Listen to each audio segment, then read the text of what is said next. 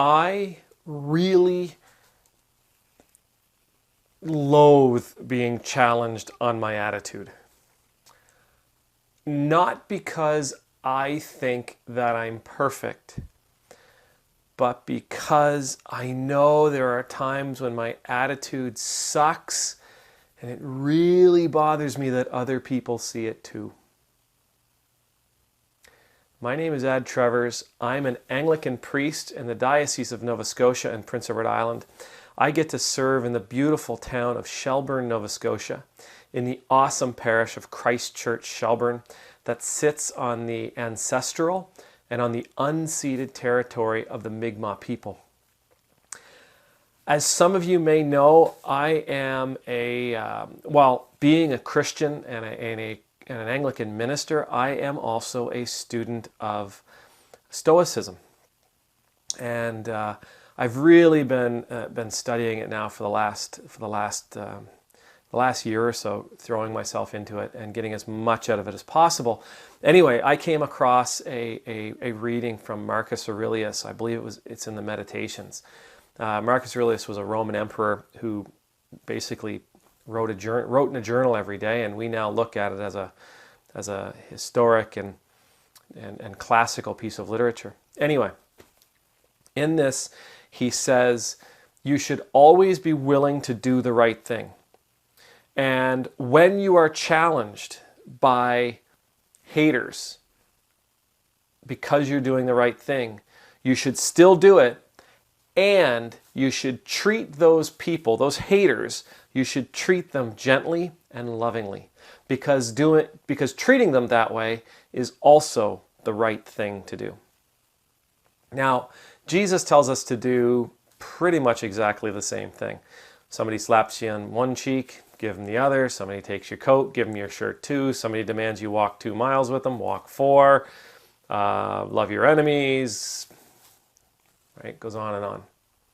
And the reason Jesus tells us to do that is because revenge doesn't actually do anything for you. Revenge doesn't ever achieve what you think it will achieve.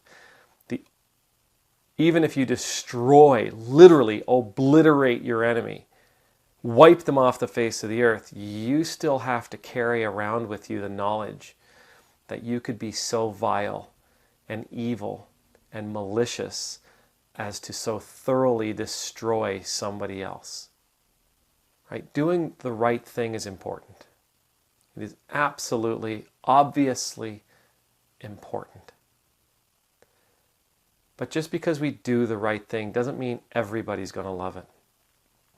And when people come forward and they don't like what we've done and they start hassling us and they start trying to destroy us because we're doing it, for whatever reason they may actually have, we're still called to do the right thing. Which more often than not means treating them with love and kindness and gentleness. Seeing them not just as an enemy, but as a soul. As a human being who has grown up with different experiences than us, who carries different values and different ideals, who has had different teachers, maybe not the best teachers. We're called to be empathetic even with people who hate us. We are called to love even people who are seeking to destroy us, as we all go forward to grow, to become better people, to become the people that God asked us to be. Treating our enemies, treating those haters the right way is imperative for us to continue on the path that God has set before us. Treating them as they treat us is about the surest way you can possibly take 5 steps back. Let's not take 5 steps back. May the Lord bless you. May the Lord keep you. May the Lord make his face shine upon you and be gracious to you. May the Lord lift up his countenance upon you, and may you know the peace of being in God's presence. And I pray pray that you are able to love those who hate you as you wish everybody loved you. Amen.